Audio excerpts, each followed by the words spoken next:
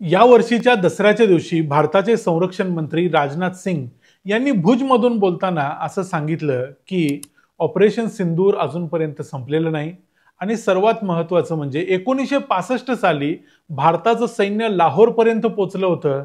2025 मध्ये भारताचं सैन्य कराचीपर्यंत घुसू शकतं आणि कराचीपर्यंत जाण्याचा रस्ता हा सर क्रीकच्या मार्गाने जातो असं राजनाथ सिंग म्हणाले होते.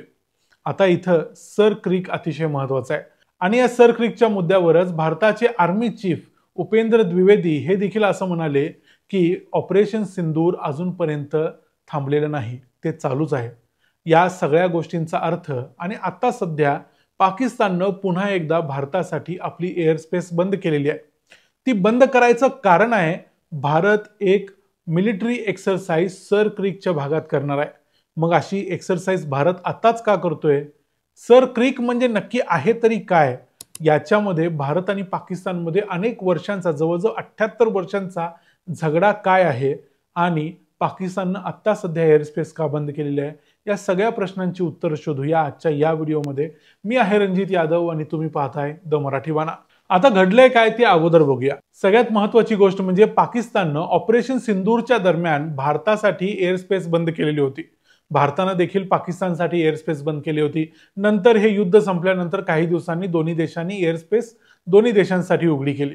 पण आता पाकिस्ताननं परत एकदा साऊथ आणि सेंट्रल भागामध्ये असलेली एअर स्पेस भारतासाठी बंद केलेली आहे आणि ते करायचं कारण म्हणजे भारत सर क्रीकच्या भागामध्ये म्हणजे गुजरात आणि पाकिस्तानचा जो सिंध प्रांत आहे या दोन्हीच्या जवळ मध्ये असणारा जो सर क्रीक आहे, एक खाडी आहे, या खाडीमध्ये एक मिलिटरी एक्सरसाइज करतोय. या मिलिटरी एक्सरसाइज मध्ये भारताची आर्मी, नेव्ही आणि एअरफोर्स तिघे देखील सहभागी होणार आहेत आणि याला नावच दिलेलं आहे ऑपरेशन त्रिशूल असं.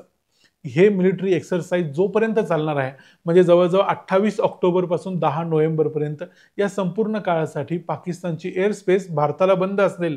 कारण महत्वाचं कारण याचं काय आहे, या काळात भारताची जी विमानं असतील ती चुकून पाकिस्तानच्या हवाई हद्दीत प्रवेश करायला नकोत आणि त्यांनी पाकिस्तानला काही डॅमेज करायला नको.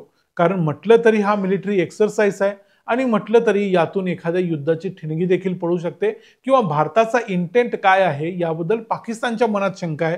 म्हणून पाकिस्ताननं या ठिकाणी एअर स्पेस भारताला बंद केलेली आहे जेणेकरून भारताची विमानं चुकून देखील पाकिस्तानच्या एअर स्पेसमध्ये घुसणार नाहीत.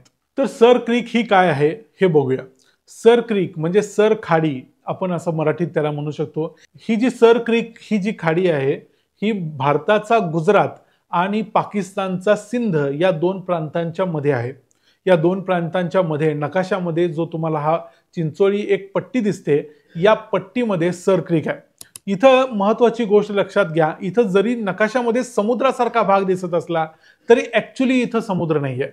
या बऱ्याचशा भागामध्ये सखल भाग असल्यामुळे काही काळासाठी पाणी साठतं, जसं रन ऑफ कच्छ मध्ये साठतं तसं इथं देखील पाणी साठलेलं असतं. हा दलदलीचा प्रांत आहे, इथं पाणी देखील असतं, थोडी सुकलेली जमीन देखील असते आणि मोठ्या प्रमाणावरती दलदलीची जमीन असते. त्यामुळे या सर क्रीकच्या एका बाजूला पाकिस्तान आहे आणि सर क्रीकच्या दुसऱ्या बाजूला भारत आहे. या संपूर्ण क्रीकमध्ये म्हणजे या खाडीच्या सेंटरमधून भारत आणि पाकिस्तानची सीमा सध्या जाते. पण पाकिस्तानचं असं म्हणणं आहे की या संपूर्ण 96 किलोमीटरच्या पट्टीवर पाकिस्तानचा अधिकार आहे. त्यासाठी पाकिस्तान 1914चा एक नकाशा पुढे करतं आणि सांगतो की 1914च्या नकाशाप्रमाणे ही संपूर्ण खाडी ही पाकिस्तानकडे होती आणि या खाडीची जी बॉर्डर होती म्हणजे सिंध आणि गुजरातची जी बॉर्डर होती ती तेव्हा पूर्वेकडच्या बाजूला होती म्हणजे भारताच्या बाजूला होती. त्यामुळे संपूर्ण जो मधला दलदलीचा प्रांत आहे तो सगळा पाकिस्तानचा आहे असं पाकिस्तानचं म्हणणं आहे. पण भारताचं असं म्हणणं आहे की या दोन राज्यांची किंवा दोन देशांची जी सीमा आहे ती ऍक्च्युली या खाडीच्या मध्यातून जाते. म्हणून आता मध्यातून या सर क्रीक मध्ये एक प्रकारची भारत आणि पाकिस्तानची सीमा आहे जी एक इमॅजिनरी सीमा आहे. कारण पाण्यामध्ये अशा पद्धतीची कोणतीही सीमा आखता येत नाही किंवा तिथं बॉर्डर पोस्ट उभी करता येत नाही. त्यामुळे ही एक इमॅजिनरी सीमा आहे आणि या इमॅजिनरी सीमेच्या अलीकडं पलीकडं थोड्याफार प्रमाणात पाणी देखील आहे. त्यामुळे इथं काही लोक मासेमारी करतात. मासेमारी करताना कधी कधी पाकिस्तानचे मासेमारी करणारे लोक भारतात घुसतात, भारताचे काही लोक पाकिस्तानमध्ये जातात. त्यामुळे अनेक वेळा इथं मासेमारी करणाऱ्यांना दोन्ही देश अटक करत असतात आणि नंतर थोड्याफार कालावधीनंतर त्यांची सुटका देखील होत असते. याच्याबद्दलच्या बातम्या तुम्ही न्यूजपेपरमध्ये वाचलेल्या असतील. तर या सर क्रिक बद्दल भारत आणि पाकिस्तानमध्ये जो वाद आहे तो वाद अनेक वेळा ठिणगीचं कारण ठरतो. पाकिस्ताननं ऑपरेशन सिंदूरच्या दरम्यान देखील काश्मीर पासून अगदी सर क्रिक पर्यंत अनेक ठिकाणी अनेक टप्प्यांवरती भारतावर हल्ला करायचा प्रयत्न केला होता.